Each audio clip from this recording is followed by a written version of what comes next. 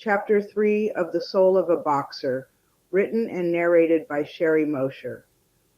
Training that comes from the heart. With boxers, the bond comes first.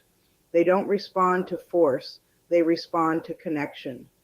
My training philosophy has always been rooted in the 3 C's: care, custody, and control. Foreman tuned into emotion. Gunner wanted to understand why. Honor feels the lesson before I even give it. When you lead with love, they give everything back. A boxer raised with domination will never be what they could have been, but a boxer raised with mutual respect, with understanding, consistency, and love will become more than a pet. They will become family. How each boxer communicated differently. Foreman used his body, positioning, stillness, presence. Gunner's bark carried power, but his silence meant more. Honor uses his eyes, ears, and gentle sounds. He feels everything and lets me know it. None of them needed words to say, "I've got you." When disability meets boxer intuition, Gunner was only a year old when I fell in the kitchen and couldn't get up. He came to my side, not in panic, but in purpose.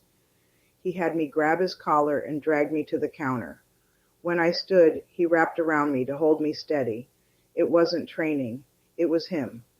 That day, he stopped being my dog. He became my partner. When they just knew Foreman stood between me and a stranger after I rolled my scooter. He wouldn't let the man near until the man said, "I'm just helping your mommy." Then, and only then, he stepped back. Gunner anticipated my needs before I voiced them.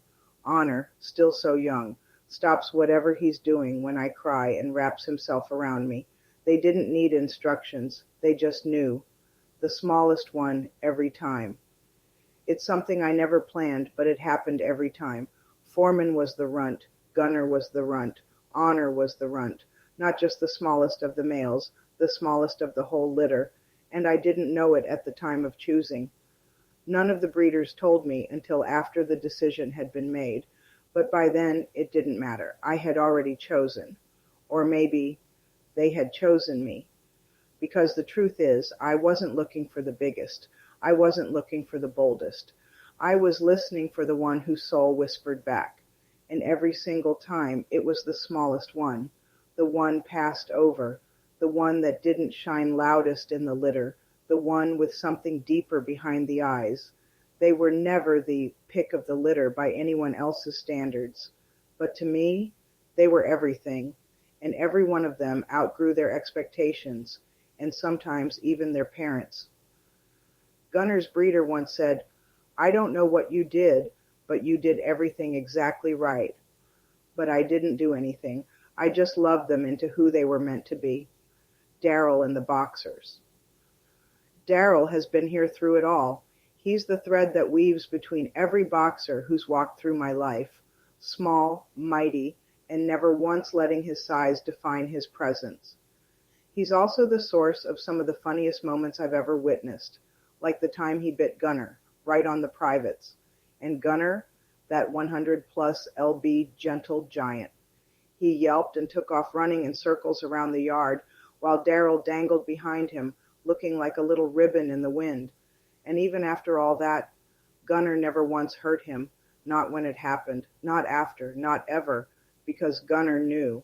And later, when danger came, even if it was just the sound of a strange dog barking, Gunner would instinctively pull Darrel under his chest like a shield, like he was saying, "Not this one, not on my watch."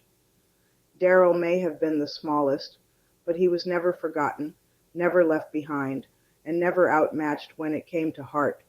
He's been the grounding energy, the quiet observer, the scrappy little lion in a world of gentle giants, and to this day I swear, he's the one who taught the boxers how to love with just enough attitude to keep it interesting.